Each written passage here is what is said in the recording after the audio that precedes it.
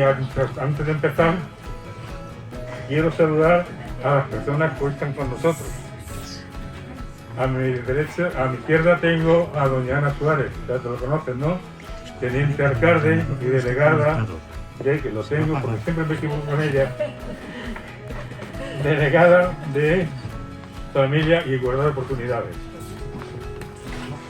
Es un honor para nosotros que esté ya hoy en esta inauguración, pero lo más importante son nuestros ponentes y ponentes, ¿no?, que están con nosotros.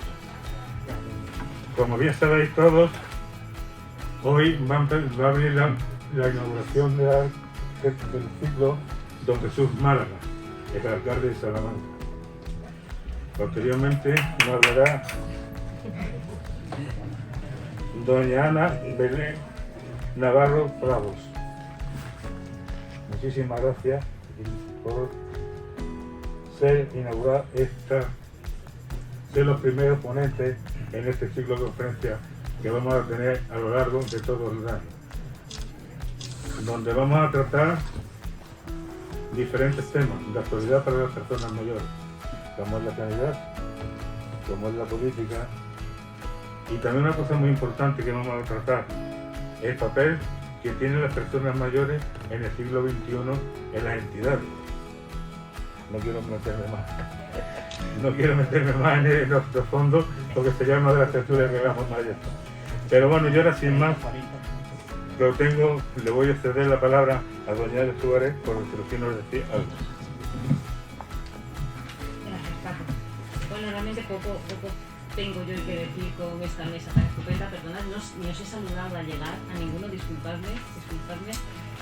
Poco puedo decir, pues que va a ser una tarde muy interesante, y que además esto demuestra pues algo que venimos diciendo desde hace mucho tiempo, que el papel, como muy bien dice Paco, de las personas mayores en el siglo XXI es tan activo, que posiblemente hoy la respuesta que estéis dando a esta actividad sea significativamente superior a la respuesta que darían personas más jóvenes a una actividad como esta en cualquier punto de la ciudad.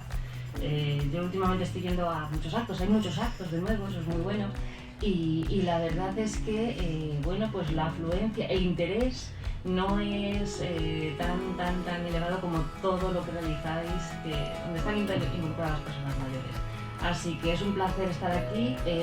Por lo que nos toca, disculpad la demora, había ahí una confusión respecto a la normativa sanitaria. Ya nos han confirmado que como centro de mayores es obligatorio mantener la mascarilla, pero ya no existen limitaciones en cuanto a distancia personal, con lo cual ya se han podido utilizar todos los asientos y os podéis sentar todos y ya podéis disfrutar todos de estos actos. Así que, por lo que nos toca, por parte del Ayuntamiento, pues es un placer que lo que organizáis pueda ser en las mejores condiciones y para todo el mundo.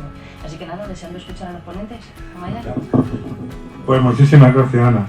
Y yo ya sin más preámbulo le paso la palabra a don Rolando Salazar, que va a ser el moderador de este primer ciclo de conferencias. Cuando quiera. Buenas tardes.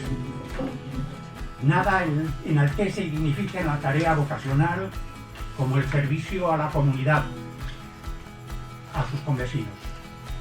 Y es Jesús Málaga el adalid en el servicio a la ciudad de Salamanca. Ningún elogio lo definiría al presentarlo, pero sí expreso y quiero expresar el sentimiento de reconocimiento a Jesús Málaga como el artífice de adecentar, modernizar Salamanca. Es la referencia del cambio de una pasada Salamanca austera y con demasiadas limitaciones, a una Salamanca actual, amigable, inclusiva, patrimonio de la humanidad. Desde el pórtico de Salamanca, Jesús Málaga irradió a la universitaria y universal Salamanca, cual luminaria del pensamiento, junto a don Miguel de Unamuno, el rector perpetuo de nuestra universidad. Jesús Málaga es y será nuestro alcalde perpetuo de Salamanca. Aquí estamos una pequeña expresión de tus vecinos, Jesús. Privilegiados de tenerte entre nosotros en este rincón. Como a don Jesús le gustaba comentar sus rincones de Salamanca en sus paseos por la Tierra Chava. Compañero y amigo, tuya es la palabra. Muchas gracias. Es emocionante las cosas que me dices. Vamos a ver, para mí este lugar no tiene ningún secreto porque siendo yo alcalde se inauguró como tal, ¿no? Como centro. Entonces para mí es un lugar entrañable. Señora concejala, teniente alcalde, señor presidente mayores, querido Rolando, queridos amigos. Yo no sé si a lo mejor levantándome se oye mejor o mejor sentado. Y a lo mejor lo que sí hago es, porque creo que lo es quitarme la mascarilla. Muy bien. Bueno, os vengo a contar una cosa muy interesante, que es cómo es posible esta ciudad tan pequeña, porque tened en cuenta que esta es una ciudad mediana de España, de las ciudades grandes.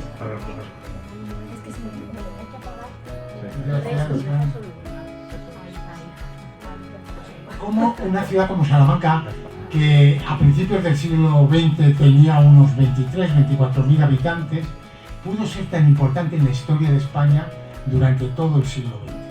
Pero tan importante que podríamos decir que puede compararse en cuanto a actividad y vida a las grandes ciudades españolas como Madrid, Barcelona, Valencia, Sevilla, ¿no? Y si hacemos un pequeño repaso, vemos que Salamanca a principios del siglo XX era una ciudad muy castigada, duramente castigada. No había superado todavía las grandes cicatrices que le habían dejado la Guerra de la Independencia. La Guerra de la Independencia fue para Salamanca una catástrofe, porque tuvo entradas y salidas de los ejércitos franceses e ingleses que iban destrozando, porque siempre hemos dicho, fueron los franceses, no, también los ingleses destrozaron la ciudad. Y entonces destrozaron de tal manera la ciudad que quedó prácticamente hecha un montón de escombros. Había barrios como el barrio de los Caídos, que es el barrio que es ahora el del Palacio de Congresos, que era donde estaba el barrio chino y donde estaba el barrio San Vicente, que se llamaba así, el barrio de los Caídos, porque los salmantinos veían allí nada más que piedras caídas de los grandes monumentos de la ciudad. Fijaos, en España, en el siglo XVI, solamente había 6 colegios mayores, 6, que eran los que más o menos daban la impronta cultural y educativa de España. Pues de esos 6 colegios, 4 estaban en Salamanca y 2 desaparecieron con la Guerra de la Independencia. El Colegio Mayor de Cuenca y el Colegio Mayor de Oviedo, que es donde está ahora el Palacio de Congresos y donde ha abierto el Ayuntamiento últimamente un yacimiento arqueológico enfrente de la Facultad de Ciencias. Bueno, pues fijaos si estaba tan destrozada la ciudad que nadie daba un duro por ella. Y sin embargo, durante los primeros años del siglo XX, Salamanca fue uno de los puntos referentes de todo el país. ¿Y por qué pasó eso? Pues por varias cosas. Primero por algo que ha dicho ya Rolando, por don Miguel de Unamuno, porque don Miguel saca la cátedra de griego, viene a Salamanca, llega a Salamanca y le dice a la familia, bueno, voy, tomo posesión y me vuelvo. No pensaba quedarse en Salamanca, pero de repente descubre una ciudad bellísima, bellísima desde el punto de vista de los grandes monumentos, y de tal manera que había un dicho que Salamanca era una bella damisela a la que le olían los pies, porque era todo un barnizal.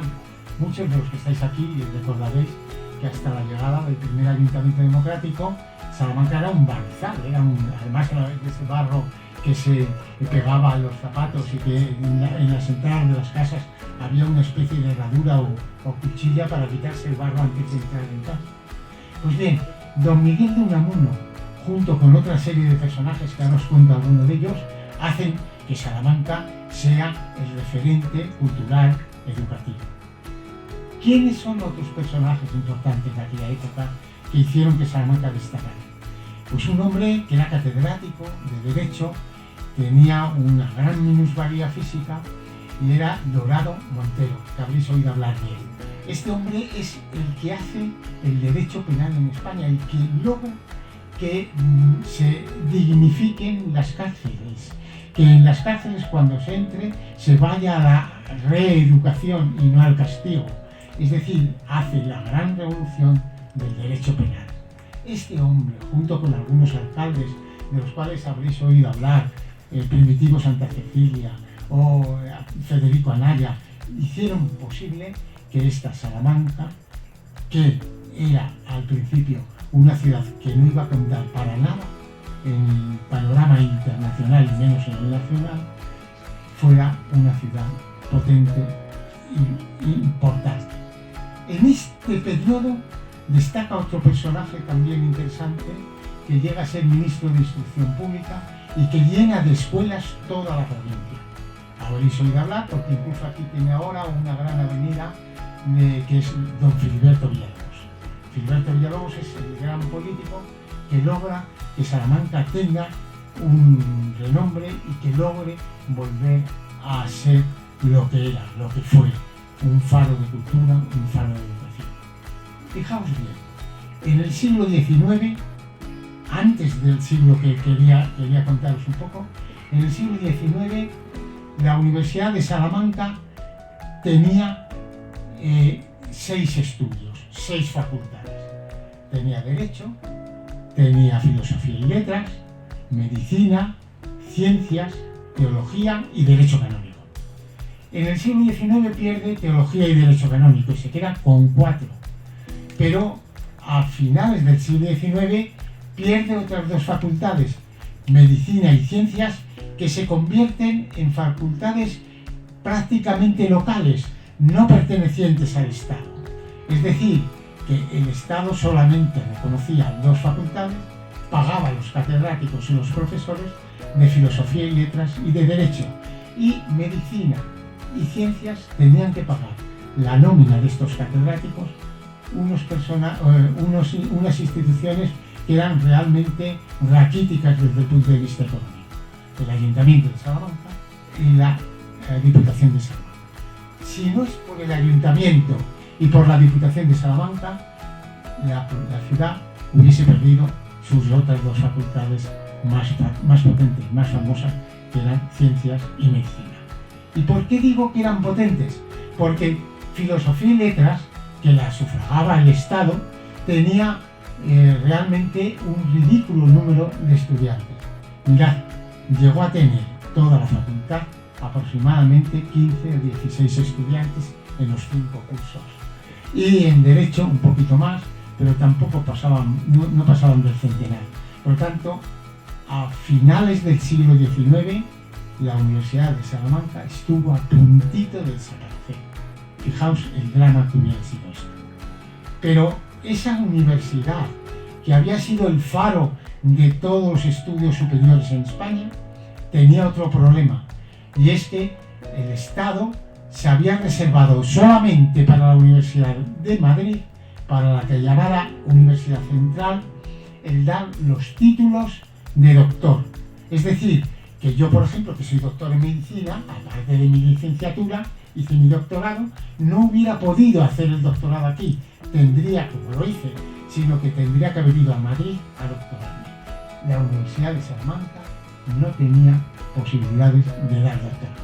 Entonces, decidme, si esta ciudad, la universidad es la clave, lo fundamental para ella, si le quitas 4 facultades de las 6 que había y le quitas también el doctorado, realmente la universidad estuvo a punto de desaparecer. Pero había otra cosa triste. A finales del siglo XIX, España deja de ser un imperio. Perdemos las grandes posesiones que teníamos en América. Las fuimos perdiendo todas.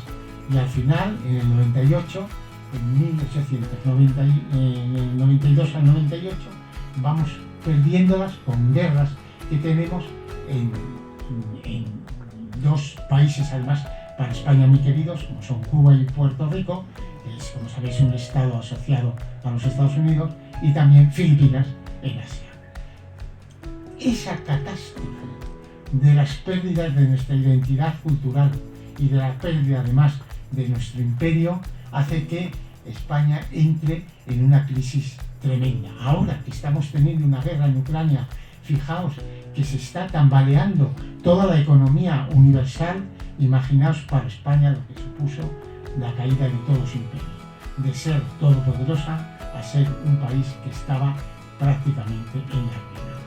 Llegar aquí a la estación, aquí muy cerca, llegaban a la estación los licenciados de Cuba, que venían todos enfermos, raquíticos, hambrientos, y que hay estampas que se bañaban en la zona de las norias, donde está el paseo fluvial, y que realmente no se veían más que esqueletos bañándose.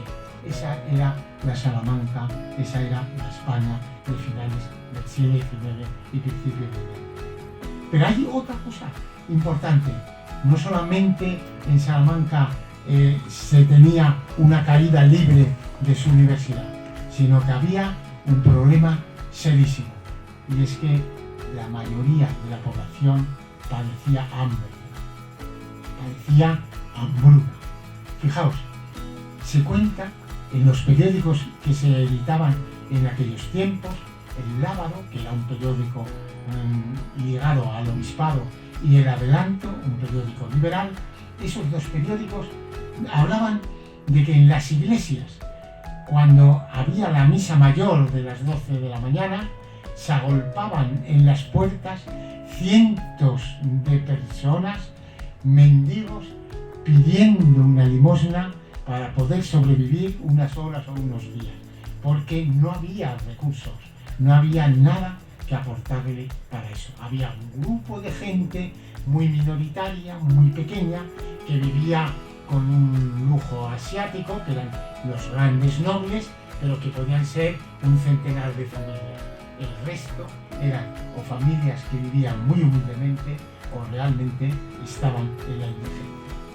Pero no solamente en el siglo XX, al principio del siglo XX, Salamanca padecía un problema de pobreza, un problema de hambruna, sino que había también la pobreza, y esto en Salamanca es terrible, energética. Es decir, la gente no tenía en sus casas un mísero brasero para calentarse.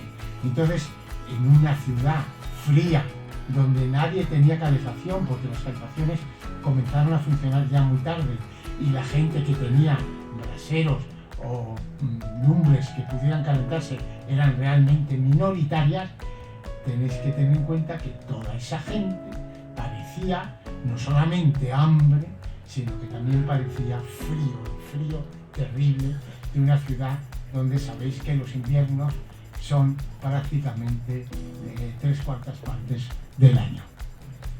A esto hay que unir otra cosa que todavía es más dañino en una ciudad como esta, que es la madre de la cultura. Y es que por las calles deambulaban cientos, miles de niños sin escuela, y los pocos que podían tener una escuela, los pocos que podían ir a una escuela, eran escuelas que no reunían las condiciones mínimas de habitabilidad. Muchas de ellas el ayuntamiento tuvo que cerrarlas porque no tenían las mínimas condiciones para que los niños pudieran dar allí las clases. El mismo ayuntamiento y el Ministerio de Instrucción Pública hicieron posible que se abrieran comedores y colonias para que los niños pudieran al menos hacer una comida al día, porque los padres no podían darles la alimentación debida. Y esos niños, cuando llegaban a clase, se mareaban o se perdían en el conocimiento simplemente porque no comían, simplemente porque no estaban nutridos. Pues bien, tenemos por lo tanto una ciudad realmente en una situación de catástrofe, de alarma, y esa ciudad de catástrofe y alarma es capaz de salir adelante poco a poco. Primero se recuperaron las facultades que se llamaban facultades libres, medicina y ciencias. Aquello fue una revolución. Podían venir a estudiar ya gente a hacer medicina y a hacer ciencias con un reconocimiento del Estado, sin tener que hacer una reválida, y podían también venir extranjeros. Recordad, los que sois de mi edad, yo tengo 76 años o aproximadamente, como Salamanca, cuando yo era joven, se llenó de estudiantes hispanoamericanos que venían de toda Hispanoamérica a estudiar. Pues aquello vino de los orígenes, de recuperar las facultades de medicina y ciencias, que fueron facultades que se fueron nutriendo. Fijaros, yo estudié medicina con un curso, en mi curso éramos 1000 alumnos, y antes, cuando estoy hablando de principios de siglo, eran aproximadamente 20, 15 alumnos por curso. Sigue avanzando. ¿Y qué hace don Miguel de Unamuno? Don Miguel de Unamuno lo que hace es poner a Salamanca en su sitio. Era el rector de la universidad más antigua de la península ibérica y va logrando que Salamanca vuelva a resucitar. Y al resucitar la universidad, vuelve a resucitar todo. Vuelve a ser importante la ciudad. Primera parte, de la pobreza a ser reconocidos. Segunda parte, cuando viene ya la época de la dictadura de Primo de Rivera. Las dictaduras, como sabéis, son siempre regresivas desde el punto de vista de los derechos humanos, desde el punto de vista de los adelantos generales de la población. Lo importante es la democracia. Pues bien, la dictadura de Primo de Rivera supone en Salamanca un cierto retroceso otra vez, una vuelta hacia atrás. Pero con la República vuelve a haber otro gran avance. En la República, Salamanca tiene una impronta en todo el país, colocándose como la ciudad fundamental. Aquí es donde todas las derechas alrededor de Gil Robles se unifican y conforman el gran pacto que se llamó por los 300, el gran pacto de la Cera, que muchos de vosotros habréis oído hablar a vuestros padres. Es decir, Salamanca es el referente de la derecha. Es una ciudad y una provincia tradicional, muy conservadora, que siempre ha tenido un voto masivo a la derecha, y con José María Gil Robles, que vivía en la calle Calderón de la Barca, al lado del Palacio del Obispo, enfrente de la universidad, de la capilla de la universidad. Este es el que logra esa unión de todas las derechas. Y en la izquierda hay algún panorama también interesante con un personaje que también habréis oído hablar, que fue alcalde, don Primitivo Santa Cecilia, y también otras personas que fueron ya más liberales, como es el caso de Federico Anaya Simón. Federico Anaya Simón, que tiene también una avenida y que conocemos. Pues bien, todo eso se logra en la República. Pero durante todo este tiempo en el que Salamanca vuelve a ser protagonista, hay problemas muy serios en la ciudad. ¿Cuáles son los problemas más serios que tiene la ciudad? Yo diría que tres.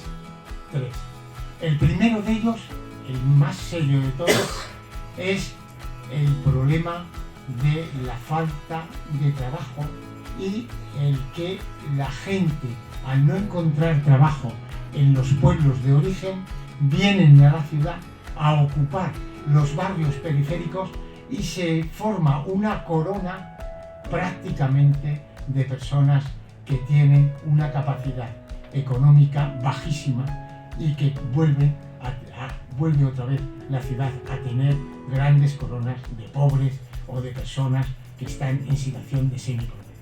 Ahí aparecen barrios que los conocéis todos, como Pitarrales, el Barrio Blanco, toda la zona del Teso de la Feria, el Arrabal del Puente, la zona de Puente Ladrillo, un barrio que ha desaparecido, que estaba en Sotomuñiz, pero que seguro que os acordáis, que se llamaba el Barrio del Castigo. Todos estos barrios, en el fondo, eran barrios que acogían personas que venían de los distintos pueblos de la provincia, que no tenían para comer en sus respectivos pueblos y que venían a la ciudad a intentar buscar fortuna, y que la ciudad tampoco se la daba. Es entonces cuando aparece una conciencia de clase y comienza a haber dentro de la misma república unos partidos de izquierda en contraposición a lo que hemos dicho antes de la unión de la gran derecha en la formación que hizo este gran político de la derecha, que fue don José María Gil Gómez. Tenemos ese punto de vista, pero tenemos otro, y es que la ciudad no estábamos al lado del río, pero como está en un alto, está en un alto soto de torres, no tenía agua suficiente. Y fijaos bien, a finales del siglo XIX llega el agua a Salamanca, pero llega a las fuentes, no llega a las casas. En las casas no había grifos. Los grifos comienzan ya bastante tarde, en los años 30 y tantos y 40 empieza a haber grifos en las casas, y cuando le dabas al grifo se descubre terriblemente que ese agua que consumían los salmantinos no estaba depurada. Y entonces todas las enfermedades que había eran, la mayoría de las veces, sobre todo en niños, eran debidas a ese agua que se tomaba en malas condiciones.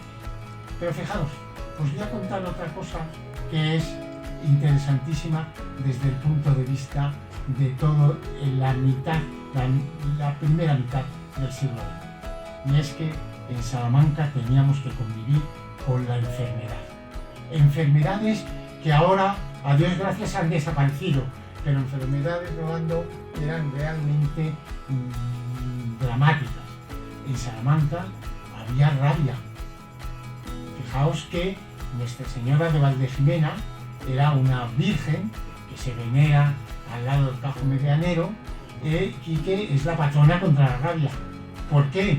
Porque había perros rabiosos por la calle, no se recogían esos perros para llevarlos o sacrificarlos, y entonces producían enfermedades gravísimas que ya había unas ciertas vacunas, pero muchos de ellos, por ejemplo, en alguno de los libros que acabo de publicar yo sobre la vida cotidiana en la Salamanca del siglo XX, comento la muerte de un niño de un pueblecito que está aquí al lado, de San Pedro de Rozados, que lo traen los padres y llega ya cadáver porque no le habían vacunado a tiempo. Habían vacunado, pero ya no es tiempo. Había viruela. Fijaos lo que suponía tener viruela. En Salamanca, por ejemplo, tengo descrito familias enteras que cogían la viruela y muriéndose nadie los quería atender porque les podían contagiar. Entonces el ayuntamiento tenía que pagar a personas que no tenían nada y que por 4 céntimos atendían a esas familias para poder comer, pero sabiendo que sacrificaban su propia vida porque podían morir. Había triquinosis porque las familias no tenían proteínas que tomar, y entonces había animales que se cuidaban incluso en las casas al lado de la Plaza Mayor. Su cerdo, sus gallinas. Hay una cosa curiosísima en los principios del siglo.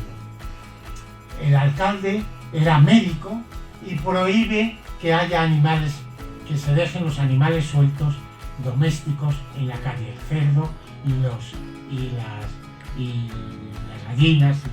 Entonces las mujeres hacen una protesta, van al gobernador y le dicen: mire, es que es de lo que comemos, de lo que podemos comer. Y le dice el gobernador: no se preocupe, hablo yo con el alcalde.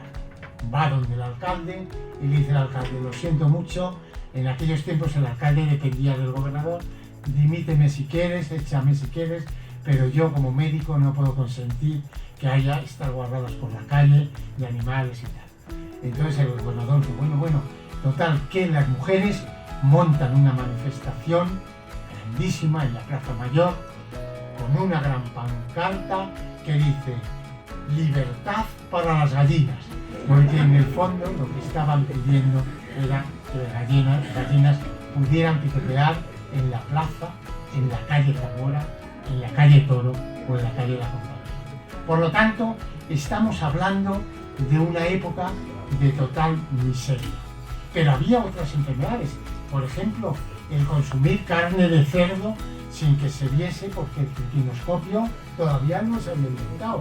Y entonces la gente tomaba carne con triquina y aparecía la triquinosis, que habéis oído hablar, que es una enfermedad que se llama de las cabezas hinchadas, porque uno de los síntomas es que se hincha la cabeza de una manera tremenda y mucha de esa gente moría de esa enfermedad.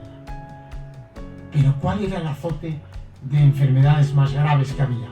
Si no se comía, si hacía frío, si no tenías abrigo para abrigarte, pues eran las pulmonías y sobre todo la tuberculosis. La tuberculosis fue terrible, de tal manera que Salamanca necesitaba tener un gran hospital para acoger a los tuberculosos.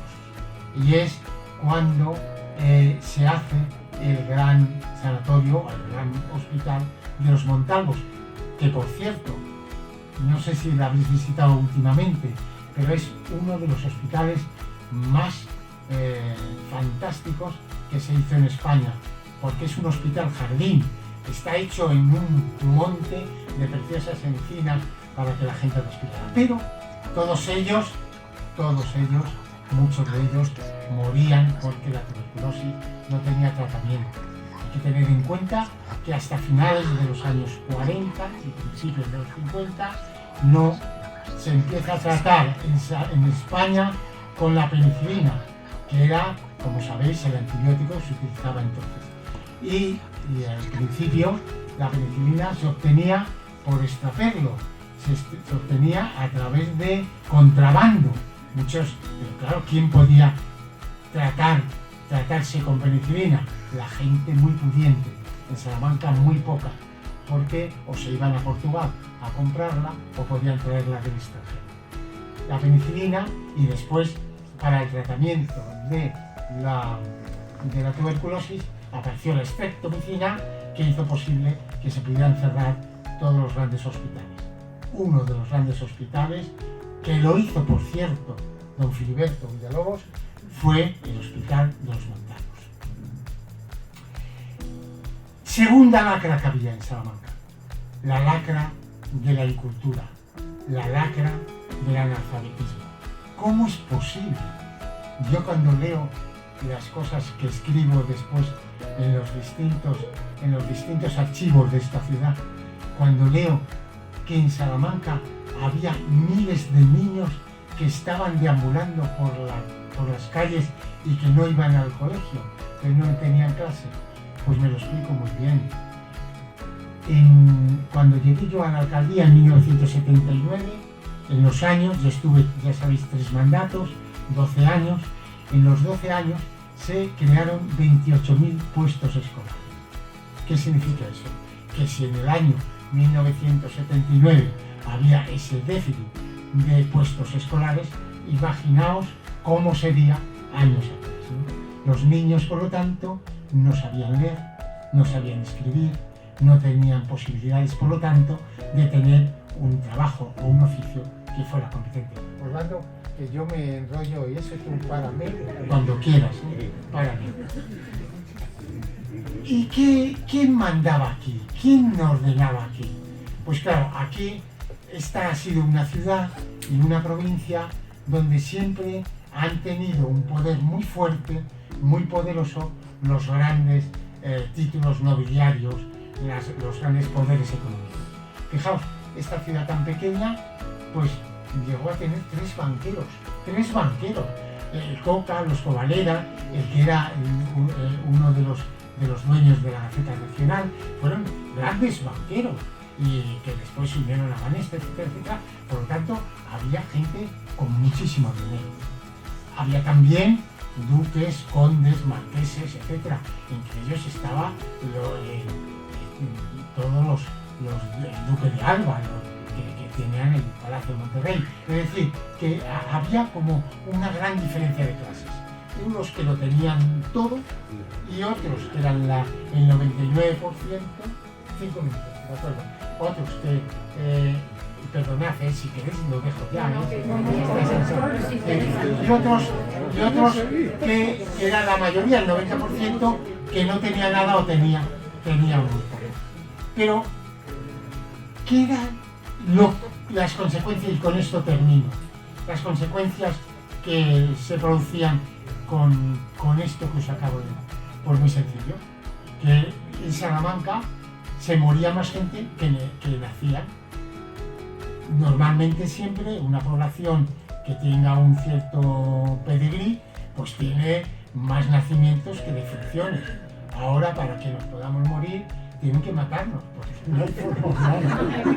no hay forma humana de que los viejos podamos irnos al camposanto, ¿no? Bueno, pues, ¿qué era lo que pasaba?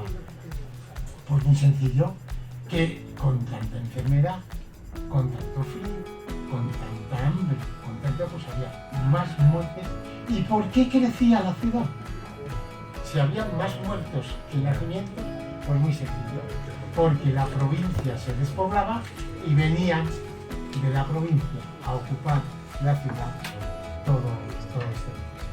Pues bien, vino después la guerra civil, Salamanca tuvo protagonismo, fue la capital del grupo rebelde, después vino el largo franquismo, dentro de un mes publicó el tercer tomo de la vida cotidiana, que habla de todo el franquismo, y después vino la democracia. Y tendréis que reconocer conmigo, vosotros que habéis vivido el franquismo, que no hay cosa mejor para el gobierno. No será perfecto, pero no hay nada mejor que la democracia. Nada más, muchas gracias.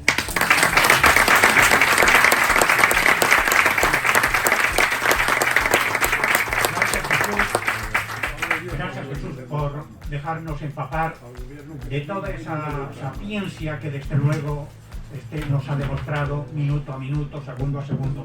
Hacer un resumen de su intervención creo que no es, porque todos estamos ahora imbuidos de toda esta riqueza que nos ha podido aproximar, por supuesto, y hacerle un pequeño resumen de la persona que yo he escuchado.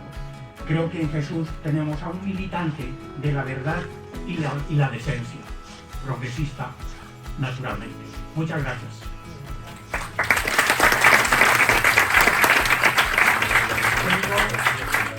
Tengo un compromiso, tengo que asistir a una conferencia en el Centro de la Palabra, porque yo he sido el presidente del Centro de Estudios Salmantinos y como tal no debo faltar. Así que, sintiéndolo mucho, les abandono. Muchas gracias. Un momentito, por favor.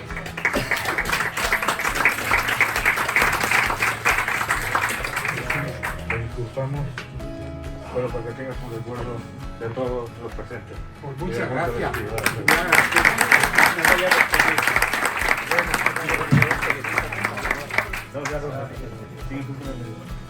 Jesús. Que vaya bien. Por aquí salgo, ¿verdad? Sí. Te acompaño, Jesús. Si no se ve, Jesús. Ana, ¿puedo presentar?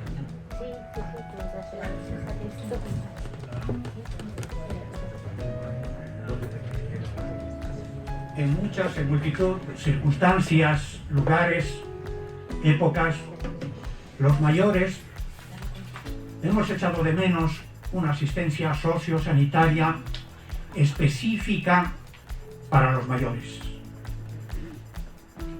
con unos factores muy determinantes, muy predisponentes de acuerdo a nuestra edad. Buscábamos un aspecto sociosanitario que coincida con toda la proyección sociosanitaria de lo que debiera de ser para nosotros la prevención de la enfermedad, la promoción de la salud, la asistencia sociosanitaria, la reinserción social, la rehabilitación física y psíquica. Pero no hemos encontrado ninguna respuesta, más bien todo lo contrario. Hemos pasado no solamente la pandemia sanitaria del virus del COVID-19, creo que ha sido una pandemia integral, holística, con una pandemia sanitaria, cultural, social, económica, financiera, porque hemos sido catalogados de población vulnerable, débil e incluso prescindible, porque el terrorismo también se ha apoderado de algunas actitudes, a falta de aptitudes, en algunos lugares de la geografía española. Y siempre hemos reivindicado una asistencia sociosanitaria desde la geriatría, desde la gerontología. La geriatría como la parte asistencial y la gerontología como algo que englobe no solamente la parte sanitaria, sino el mundo de los mayores, que dicho sea de paso, somos el 26-27% de la población en Salamanca. ¿Y qué es lo que tenemos? Absolutamente nada. Mejor dicho, la apatía, la anomía y la mentira organizada. Hoy tenemos la posibilidad de escuchar a una persona precisamente experta en gerontología, en geriatría. Salmantina ella, No. doña Ana Belén Navarro Prados, es doctora en psicología por la Universidad de Salamanca, con posgrado en neuropsicopatología y demencias, profesora de la Facultad de Psicología, psicogerontóloga, autora de libros, publicaciones sobre la vejez, sobre cuidadores, sobre la educación en la vejez. Es además un referente a nivel nacional sobre cuidados laborales, sobre salud laboral. Tiene libros, publicaciones ingentes sobre el varao, el trabajador quemado, habréis escuchado hablar.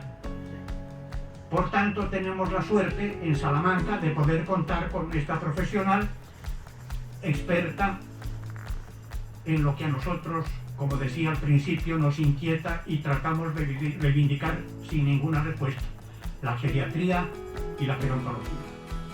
Doctora Ana Belén, cuando guste. Con esta presentación ya no sé más que... gracias por la invitación. Yo os voy a hablar, yo creo que de un tema de bastante actualidad, ¿no? Sobre todo, ¿no? en los últimos tiempos, ¿no? Sobre todo con todo esto de la pandemia, pues como que se ha incentivado mucho más el tema de la soledad, ¿no? Entonces, para empezar, quería, antes de hablar de soledad, de cómo estamos, de qué es eso, ¿no? De la soledad, y quería que hiciéramos, no hace falta que cerréis los ojos, ¿no? Pero quería que hicierais un ejercicio, ¿no? de empatía, de ponernos un poco en la piel de las personas que sienten o que están pasando por un momento de soledad, ¿no? Entonces os lo leo, ¿no? Por favor, cierra los ojos, no es necesario que cerréis, pero vives en un apartamento, estás solo o sola. Por lo que se refiere a tus sentimientos, estás completamente solo. No tienes a nadie a quien llamar, a nadie con quien hablar. Nadie comparte tu vida, nadie en absoluto. Así es como están las cosas y así es como van a seguir. Si salieras a la calle, seguirías estando solo. Por favor, toma nota mental de cómo te estás sintiendo, cómo te sientes. Ahora abre los ojos y anota cuáles son tus sentimientos. Muy probablemente, esto es un texto que lo hacía Robert Weiss, era un sociólogo de Estados Unidos que ha trabajado y ha publicado mucho en temas de soledad, y se lo ponía a sus alumnos al principio de clase para que se pusieran en la piel de personas, ¿no? que pueden estar pasando por soledad. Vamos a hablar de un tema, yo creo que muy importante, pero no solo para las personas mayores, porque seguramente que todo el mundo en algún momento se ha sentido o se siente solo, independientemente de la edad que tengamos, ¿no? No nos da tiempo, ¿no?, preguntaros, ¿no?, qué es lo que habéis sentido, y porque además vamos a hablar de una soledad, no es una soledad de que uno siente que estoy solo en un momento determinado, que hay veces que hasta uno lo agradece de estar solo, no es estar solo en un momento, es una soledad que se mantiene en el tiempo, que está cronificada y que en muchos casos no quiero sentirme así, es algo que no quiero, ¿no? Un poco en los minutos que tengo, tampoco quiero alargarme demasiado, quiero que hablemos un poco de la soledad, de lo compleja que es la soledad. Veréis que si yo os preguntara y que definierais lo que es para vosotros soledad, muy probablemente cada uno me diría una cosa diferente, o sea que hay muchas tipologías y la soledad es muy compleja, viene por diferentes motivos y cada uno lo afrontamos de diferente manera. Entonces vamos a hablar un poco de todo eso, vamos a ver qué sabemos de la soledad, por qué, quiénes están y se sienten solos, algunos datos para que veáis. Algo que ha marcado, es decir, la soledad ha incentivado, o sea, la COVID-19 ha incentivado mucho los sentimientos de soledad, porque por las circunstancias que hemos tenido, ¿no?, de aislamiento, de confinamiento, que ha dificultado, ¿no?, pues el tener relaciones cercanas con las personas. ¿Qué podemos hacer para prevenir o intervenir en esos sentimientos de soledad? Veréis que es un tema muy, muy, muy complejo. Y para acabar un poco, alguna idea para reflexionar sobre retos futuros que nos marca o nos está marcando esta epidemia, que se habla, ¿no?, ya de una epidemia de la soledad. Cuando hablamos de soledad hay una cosa importante que tenemos que trabajar, ¿no?, o hablar, que es el tema de las relaciones interpersonales. Es decir, somos seres interdependientes, ¿no? Nosotros vivimos por y para, ¿no?, las relaciones sociales y las relaciones interpersonales, ¿no? Y es un aspecto muy, muy importante. Hay diferentes estudios que plantean que para que una persona envejezca, ¿no?, de modo saludable y con bienestar y viva muchos años, lo más importante son las relaciones sociales, el tener contacto con otras personas, ¿no? Entonces eso va a influir en la salud, en el bienestar, en tener una amplia o una red social adecuada y pensar, ¿no?, o sentir que yo tengo a alguien que me va a ayudar en caso de que lo necesite, ¿no? Estos días leía en El País, hacían una entrevista, creo que a Pedro Almodóvar, y él decía que se sentía solo porque su gran error ha sido no preocuparse o no cuidar las relaciones interpersonales que él tenía, que se ha preocupado más o se preocupaba más por sí mismo, y al final la gente, si tú no la cuidas, si no te relacionas con ella, al final la gente desaparece. Y eso, si uno va haciéndose mayor por circunstancias X, hay diferentes causas que motivan que uno esté solo, si tú no cuidas esas relaciones, muy probablemente pues vayas a estar más solo. Fijaros, ¿no? Y es una figura, ¿no?, importante que todos conocemos, y decía que se siente solo, pero se echaba la culpa de esa soledad de no haber cuidado a sus relaciones, ¿no? Y era lo que os comentaba, somos seres totalmente interdependientes. Nuestra identidad o lo que somos o viene derivado de la relación que tenemos con otros, de la interacción que tenemos y el sentirnos o no que pertenecemos a una comunidad y a una sociedad, y por eso, ¿no?, al final puede ser indicativo de sentimientos de soledad. Uy, aquí ha quedado, no sé qué ha pasado, debe ser que son diferentes formatos. Aquí os planteaba diferentes aspectos a nivel emocional, a nivel social, ¿no?, de los beneficios de contar con gente en nuestra red social. Seguramente que no solo a nivel de salud física, sino a nivel también de salud emocional, el contar con alguien que yo tengo, ¿no?, o tengo una preocupación o me siento mal, de saber que puedo llamar a alguien y decirle me pasa esto, hace que uno se sienta menos vulnerable a padecer cualquier tipo de enfermedad. O sea que fijaros, el apoyo social es muy muy importante y va a ser relevante a la hora de esos sentimientos de soledad. Está claro que a medida que nos vamos haciendo mayores, la red social y de apoyo se reduce. Hijos, ¿no? Los hijos salen de casa, ¿no? La jubilación, pues a lo mejor ya no me relaciono tanto, ¿no? o esas relaciones que yo tenía del trabajo ya no están. Temas de salud y padecimientos, ¿no? El tema de enfermedad y la pérdida, ¿no? de amigos o parejas. O sea, son circunstancias o acontecimientos vitales que hacen que la red social se reduzca y puede ser una de las, ¿no? de las consecuencias, de las causas de esos sentimientos de soledad. Veis que voy a hablar de soledad, estoy hablando de soledad y diferentes tipos de soledad veremos y modos de conceptualizarla, ¿no? Pues ahí os pongo el término en inglés y el término en castellano, ¿no? Sobre lo que sería solo, solitario, que no es lo mismo, ¿no? que soledad. Lo que es soledad, lo que es aislamiento, que tampoco es lo mismo, aunque se le pueda parecer, ¿no? Y todo lo relacionado con la falta de apoyo o red social. Todos son variables o constructos muy relacionados con la soledad. Y luego os haré alguna pregunta o os lanzaré, ¿no? Preguntas. Está claro que cuando hablamos de soledad hablamos siempre de un sentimiento de soledad, pero esta soledad puede ser objetiva, es decir, yo estoy solo, o sea, vivo solo, eso es objetivo, y me siento solo. Os preguntaría que cuál de las dos es quizás más compleja o más difícil. Muy probablemente la segunda de ellas es que yo me siento solo pero tengo gente en mi red social, ¿no? Y esto dificulta en muchos casos saber que una persona se siente solo y podéis decir, seguro que os traigo un caso, ¿no? En el que seguro que conocéis a amigos o conocidos que tienen todo, tienen familia, económicamente están bien, pero están tristes. Y dices, ¿por qué estoy triste? ¿No? Es esa soledad subjetiva, que puedo tener tropecientos amigos, pero yo no sintonizo, no conecto y me siento solo. Esa parte subjetiva. Por eso a veces es muy difícil evaluar e intervenir sobre la soledad, porque es muy diferente y cada uno podemos tener diferentes tipos de soledades, incluso algunas variadas, ¿no?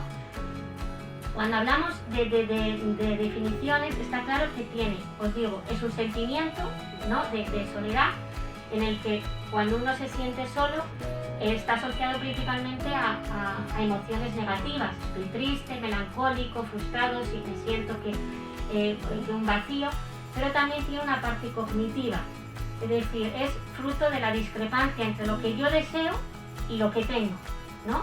Muy probablemente, a lo mejor muchos de vosotros os sentís mal, si os sentís tristes solos si vuestros hijos os llaman todos los días por teléfono, ¿no?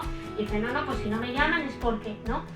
Y a lo mejor tú esperas de alguien que esté ahí, pero al final no está. Entonces esa discrepancia entre lo que quiero y lo que tengo hace que uno pueda sentirse solo. Esto nos pasa a nosotros porque estamos en una sociedad, ¿no? Muy de interacción, muy familista, en la que, ¿no? Pues estamos muy conectados y necesitamos, ¿no? estar. Pero esto vas a los países del norte de Europa, ¿no? Por ejemplo, estamos en Dinamarca y estos sentimientos de soledad no los tienen tanto porque son sociedades más individualistas, que a lo mejor el hijo llama una vez al mes o cada 2 meses a su madre y la madre no siente que ese sentimiento de soledad. Entonces, importante esto, es una carencia o privación referida a sentimientos de vacío, ¿no? De un vacío quizás más existencial, ¿no? Asociado a la ausencia de relaciones sociales de intimidad. Es lo que os decía de que hay veces que el no tener a alguien a quien llamar, al quien no, pues tomarle una caña cuando lo necesito, eso es soledad también.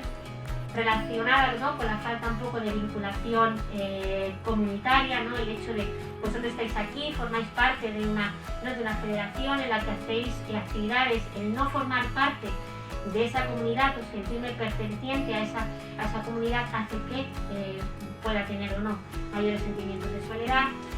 necesita, está claro que no, y os lo decía al principio, que cuando uno se siente solo no es que en un momento me siento solo y ya está, requiere su tiempo, es decir, que van a pasar diferentes acontecimientos, situaciones que hacen que eso se instaure en el tiempo, ¿no? Es una experiencia única, se basa en los sentimientos de una persona, y cada uno podemos estar sintiendo un diferente tipo de sentimiento de soledad, por diferentes motivos, y luego lo veremos, diferentes modos de afrontar, y las consecuencias también son diferentes. Y lo que decíamos, es un poco una condición psicológica, ¿no?, debilitante, caracterizada por un sentimiento profundo, ¿no?, de vacío, inutilidad, falta de control y amenaza personal. Llega un momento que la persona no sabe cómo salir de esa situación, ¿no? Y en algún caso, ahora más adelante os lo diré, hay veces que uno se siente solo, pues que la acompañen, o vamos a que se relacione. Y no siempre, no me entendáis mal, no siempre la solución al sentimiento de soledad es relacionarse socialmente, porque a lo mejor es un sentimiento que tiene ahí, es decir, a lo mejor la persona puede estar con gente, lo que decíamos, no solo la soledad es social, la soledad tiene otros múltiples componentes, no solo no tengo amigos o no me siento solo por eso, me relaciono y dejo de estar solo, o de no de estar solo, de sentirme solo. Entonces, importante eso. Ahí es una rabia que no se vea, lo tengo por aquí para acordarme, ¿no? Os planteaba ahí que si la soledad es algo que surge exclusivamente desde dentro del propio sujeto. Pues hay una autora, Cristina Víctor, que plantea que no es así. Es verdad que hay una parte importante que pertenece a la personalidad, de características intrapersonales de uno, ¿no?, la personalidad que tenga uno, ¿no?, el cómo se sienta, ¿no?, todo el tema de sentimientos o formas de pensar, de afrontar, pero que la soledad también viene del contexto en el que estemos. Es decir, va a haber acontecimientos vitales que van a hacer que uno se pueda sentir más solo, el tema de la jubilación, lo que os decía antes, el tema de pérdidas, ¿no?, pérdidas de parejas, de amigos, de familiares, hace que uno, ¿no?, el modo de que uno tenga que afrontar, hace que uno se pueda sentir más solo, y hay cosas que no van a depender, lo que decíamos, no van a depender de uno mismo, sino van a depender también, se habla de condiciones de la vivienda, temas de cuestiones socioeconómicas, es decir, la pobreza está asociada a soledad, no es que los ricos no se sientan solos, pero se sienten solos de otra manera, ¿no? Entonces, un poco todo el tema de a nivel también de enfermedad hace que la soledad sea muy diferente de unos a otros. Por eso la complejidad de este sentimiento y de qué hacer con ello, ¿no? Poco os planteaba ahí, qué rabia que no se vea, ¿no?, que hay diferentes sentimientos, ¿no?, que uno tiene, ¿no? Es decir, uno puede sentirse triste, con vacío, de sensación de abandono. Van a ser muy distintos los motivos, muy distintos los sentimientos y muy distintos la forma que uno tiene de afrontar, ¿no?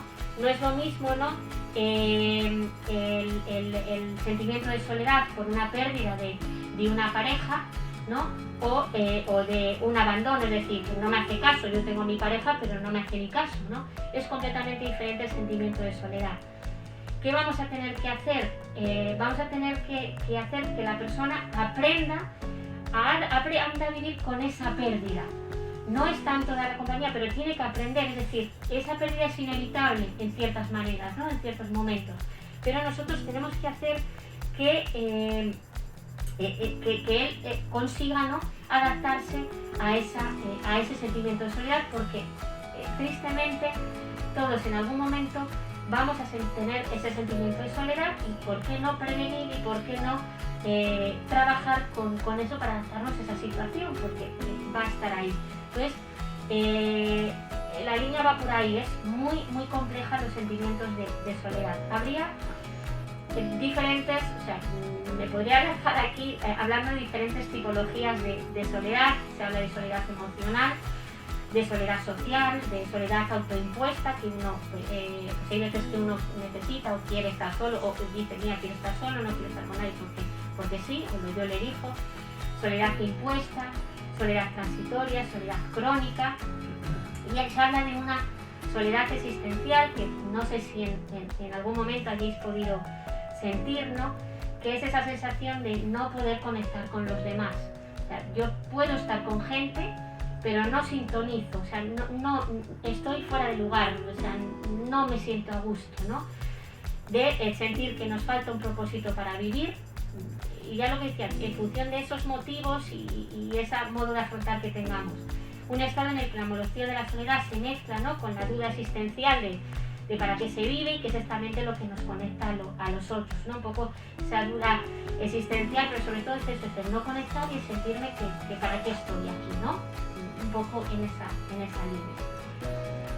línea. No sé si lo habéis sentido a la vez, pero suele ser uno del principal temor de las personas mayores después de la enfermedad, es el sentimiento de soledad, ¿no? Y no sé si en algún momento, luego, y si tenemos minutos para que me podáis decir, pues si os pasa esto, si os ha pasado o os pasa, esto suele ser eso, y es algo a lo que tenemos miedo. ¿Qué sabemos? Un poco en líneas muy generales. Pues sabemos, no se ve nada, sabemos que la soledad no es sinónimo de vivir solo, eso es muy importante, y que actualmente somos uno de los países en los que, cuando ha habido diferentes estudios que se ha preguntado a muchas personas, sobre todo adultas mayores, ¿no?, dice que la mayor parte o gran parte de ellos tienen una soledad moderada y grave. O sea, que muchas personas que se sienten solas, no solo que vivan solas, que también, o sea, que hay cada vez más hogares unipersonales, ¿no? Entonces, se sienten solas o se encuentran en riesgo de aislamiento social. Ahí había pues una figura en la que se veía, ¿no?, que el porcentaje, ¿no?, de personas que tienen soledad en un estudio que se hizo a nivel nacional con más de 14.000 personas de 60 años. Y está claro, y os pongo ahí, ¿es cierto que la soledad es un tsunami? Probablemente sí. O sea, vamos abocados a esos sentimientos de soledad, y algo vamos a tener que hacer ahí, porque si no, muchas personas, además, en alguna ocasión sí que habréis podido oír que la soledad mata, ¿no? Porque la soledad y la depresión están muy relacionadas en muchos casos, y hace que la persona sea más vulnerable a padecer cualquier tipo de enfermedad. O sea, que no es... O sea, hay que tenerlo muy en cuenta. Estos serían algunos de los factores de riesgo y vulnerabilidad, de que estoy como más propenso a tener sentimientos de soledad, el vivir solo, vivir en una residencia, y más en estos tiempos, ¿no?, que hemos tenido, ¿no?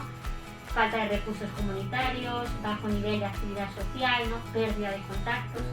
Ser cuidador familiar, que todavía también otro tema muy importante a trabajar, es un factor de vulnerabilidad de la soledad. Mala relación familiar. Ser mujer, otra vez, pues como siempre nos llevamos nosotros como factor de riesgo el ser mujer y ser mujer mayor, ¿no? Y pocas habilidades sociales también se ve que está asociado como factor de riesgo para la soledad. Ahí no se ve de nuevo, ¿no? Habría multitud de consecuencias de la soledad a nivel cardiovascular, ¿no?, a nivel de salud física y a nivel de salud emocional. No os podéis imaginar las consecuencias del sentimiento de soledad. Por eso decía que en algún caso se habla de eso, que la soledad mata. Entonces hay pues, diferentes consecuencias que tendría. ¿Cuál es el problema? Que cómo evaluamos, cómo sé yo, no sé si vosotros lo sabéis, cómo sé yo que una persona se siente sola. Muy probablemente se lo puedo preguntar, pero claro, si yo le pregunto, ¿usted en algún momento se ha sentido o ha perdido, lleva tiempo sin ver a nadie, se siente abandonado? Muy probablemente ya no es que sea difícil evaluar, sino que difícil obtener respuesta por parte de la persona, porque ahí entran muchas cosas. A lo mejor si digo que me siento abandonada, que mis hijos no, pues es que, pues, ¿qué van a decir de mis hijos? No, todas esas casuísticas a nivel de familia que pueden ocurrir. Entonces, pues en algún caso le podemos decir qué te gusta hacer, qué actividades realizas, qué te gustaría hacer que no haces. Bueno, un poco, luego hay diferentes escalas que utilizamos los psicólogos para valorar o detectar si tienes soledad o no.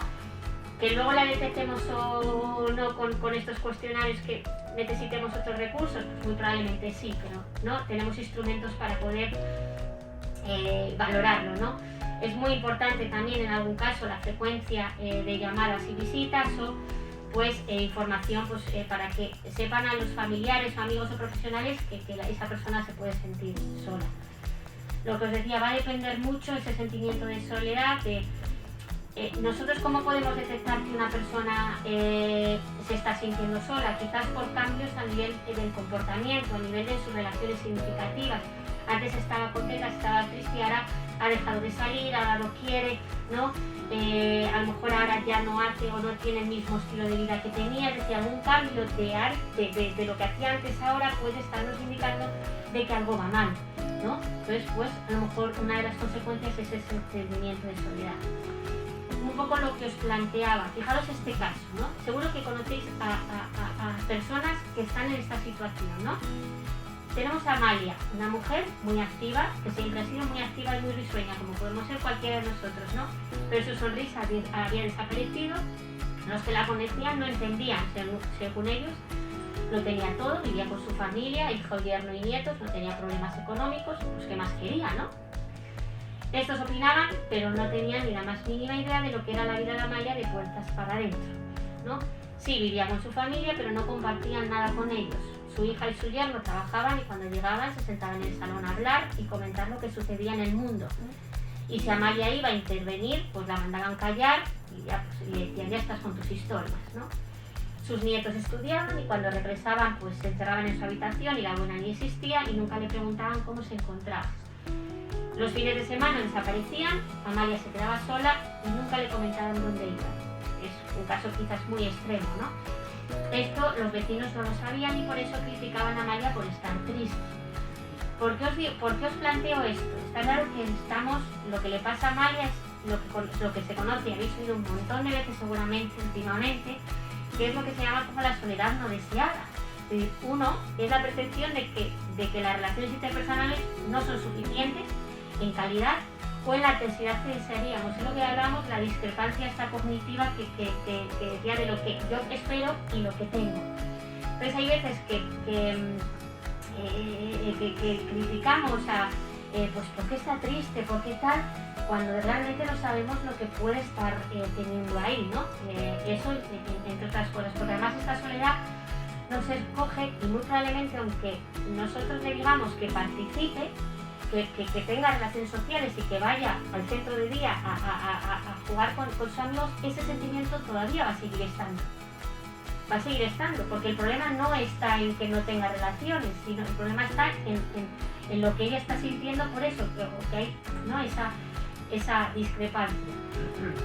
Entonces, cuando nos hablan, cuando preguntamos de todo esto, lo que nos dicen las personas que se sienten solas es que no sé si en algún momento os sentís identificados o conocéis a personas que estén así. Hay algunos que nos dicen que la soledad le organiza la vida, planifica su día a día en función de ella, es decir, lo que no quiero es sentirme solo, con lo cual me levanto a las 7 de la mañana, me limpio, me aseo, me ducho, saco al perro, me voy al centro de día a jugar al tal, luego después por la tarde tengo yoga, después tal, es decir, estoy haciendo multitud de actividades porque lo que no quiero es llegar a casa y estar solo y sentirme solo, ¿no? Puede ser una del modo de afrontar el sentimiento.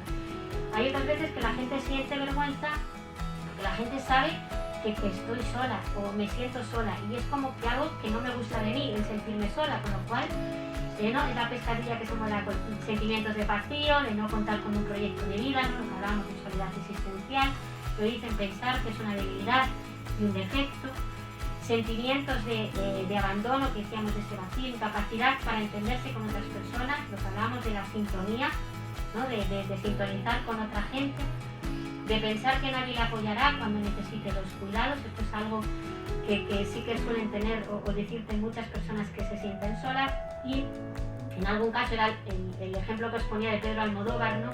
De lo mereces y culpabiliza por ello, ¿no? Es decir, pues yo no las cuidé, no lo hice, entonces ahora me siento solo, ¿no? No es que sean los casos más frecuentes, pero hay. ¿Qué ha ocurrido en cuanto a la soledad? está claro que muchas personas mayores enfrentaron la COVID-19 en soledad, ¿no? Seguramente que algunos de vosotros lo tuvisteis que hacer, los hijos no podían estar, no podía haber contacto.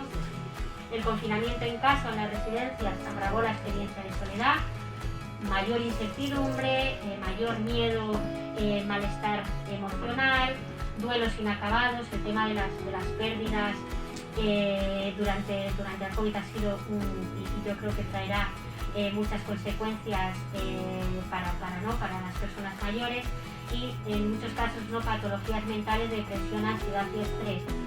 Ahí os planteaba factores de riesgo y recursos personales y factores de riesgo y factores protectores, y aunque parezca mentira, vosotros, ¿no? Las personas mayores, habéis sido los que mejor o habéis llevado mucho mejor, al contrario de lo que se preveía. Los diferentes estudios indican que habéis llevado mucho mejor la COVID-19, el confinamiento, que las personas jóvenes o adolescentes. Se ve que sois mucho, o sea, que habéis sido como más resistentes o más resilientes, ¿no? El término, que muchas personas jóvenes, a pesar de otros factores de riesgo que es verdad que agudizado por todo lo que ya conocemos, ¿no?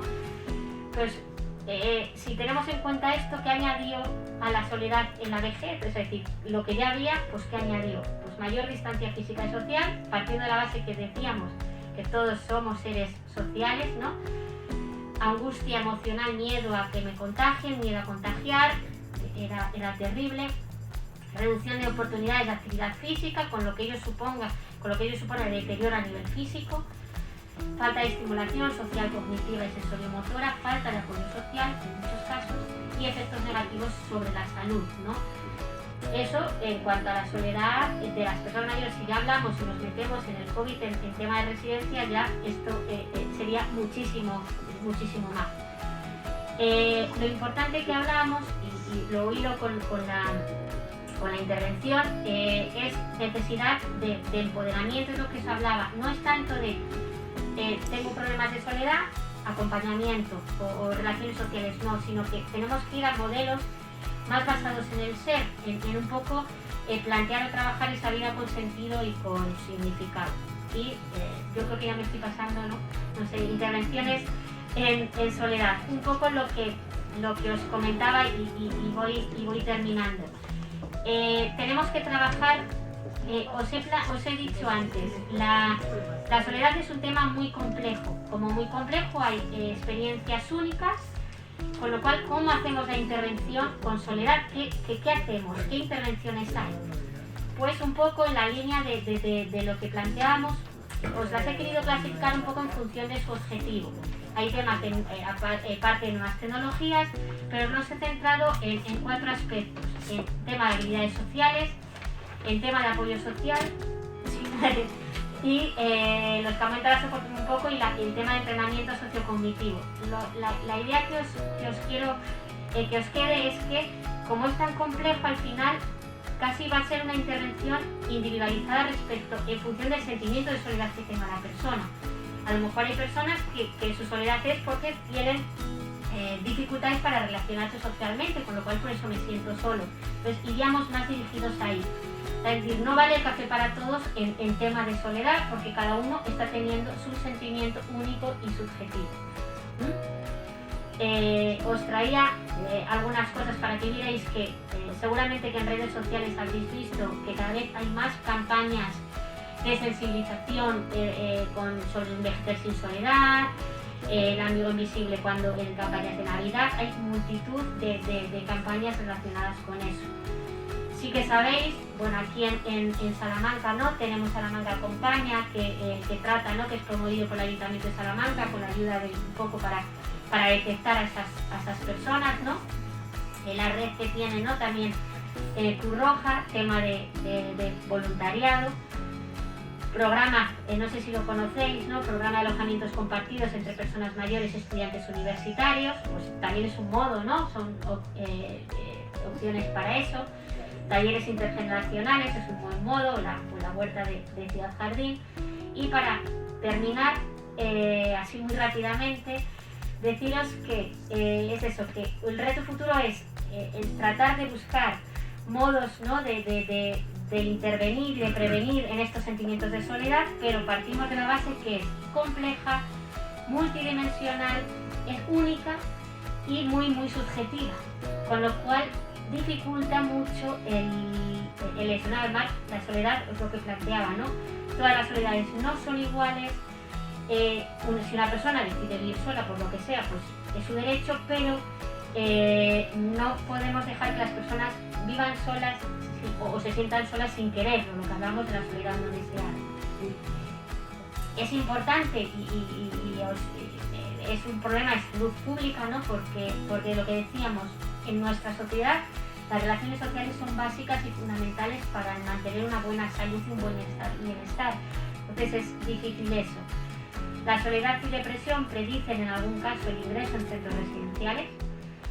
Al que hablábamos, es un fenómeno muy difícil de medir y ellos planteaban qué hacer. Ofrecemos únicamente lo que decíamos, compañía, acompañamiento. Entonces la idea un poco para que os quede, y ya termino, que seguro que me he pasado, que tenemos que trabajar en visibilizar este problema de la soledad, de ver que hay tantas personas, hay que prevenir, es decir, si sabemos que hay tantos factores de riesgo, ¿por qué no hacer programas de intervención antes adaptados a ese sentimiento para que la persona no llegue a tener esa soledad crónica? Y una vez si ya tiene sentimiento de soledad, pues tratar de intervenir con grupos de riesgo, ¿no?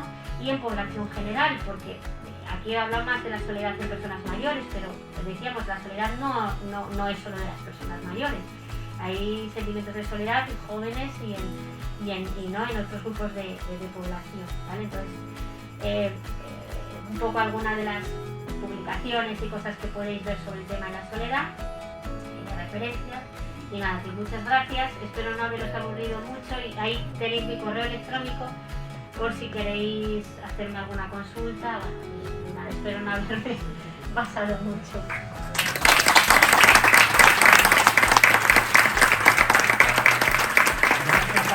Por la aproximación a este tema tan debatido pero también tan desconocido. Yo creo de que ha sido muy útil el que podamos aproximarnos y que en un futuro podamos, yo creo, ampliar un poco más los conceptos que tan brillantemente, de una manera tan pedagógica nos ha ofrecido Ana. No nos permite, digamos, el tiempo, el poder ampliar. Nos hubiese gustado que hubiésemos redundado un poco más en las soluciones, en la respuesta en concreto para los mayores. Permíteme, no obstante, digamos, una pequeña disensión. Has comentado de que los mayores habían enfocado de una manera, digamos, mucho mejor, han sido más valientes o con menos esfuerzo en el tema de frente al COVID-19. Yo creo que el hecho de que hayan sido poco expresivos, que hayan reivindicado menos, no quiere decir de que han sido más valientes y que ellos han tenido una respuesta. La resignación no quiere decir valentía. Creo que podéis disentir también conmigo, pero nosotros los mayores, por lo menos aquí en Castilla y León, y en Salamanca en particular, no podemos decir que hemos tenido una respuesta satisfactoria a todas nuestras necesidades en el día a día de la sanidad de Castilla y León, los muertos que hemos tenido en las residencias y todos los problemas. Y ya termino, Paco. No podemos decir que hemos tenido una respuesta buena o adecuada frente al COVID. Otra cosa es que nos hemos resignado porque no hemos podido tener, digamos, una verbalización, sino una parálisis emocional. Muchas gracias y desde luego ha sido muy brillante.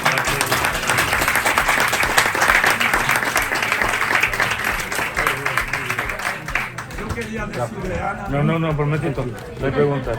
Un momentito, por favor. No, por favor, un segundo nada más. Un momentito. Sube la junta de dirección, por favor.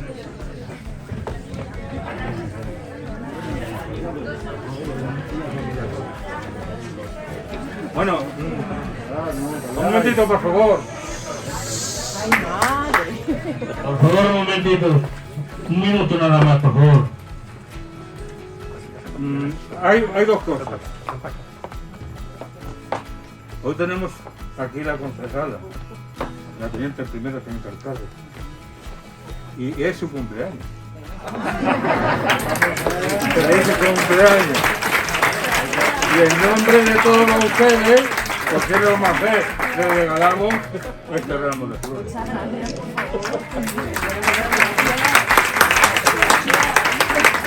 Y a nuestro ponente, pues claro, también hay que darle, como dice que ya es igualdad, hombre que mujer, pues los dos tienen el mismo regalo.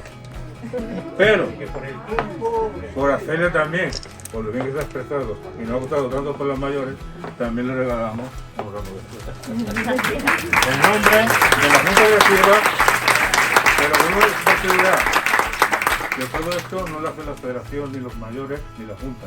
Son todos los que están aquí y las asociaciones que nos acompañan. A todos, muchísimas gracias a todos, que sin vosotros no podíamos llegar a hacer esto. Gracias a todos. Y ya comenzamos para la próxima, que van a venir dos ponentes o dos conferencias muy importantes también para todos los mayores, que van a ser en el mes de mayo, 12 de mayo. El de junio. De junio, perdón.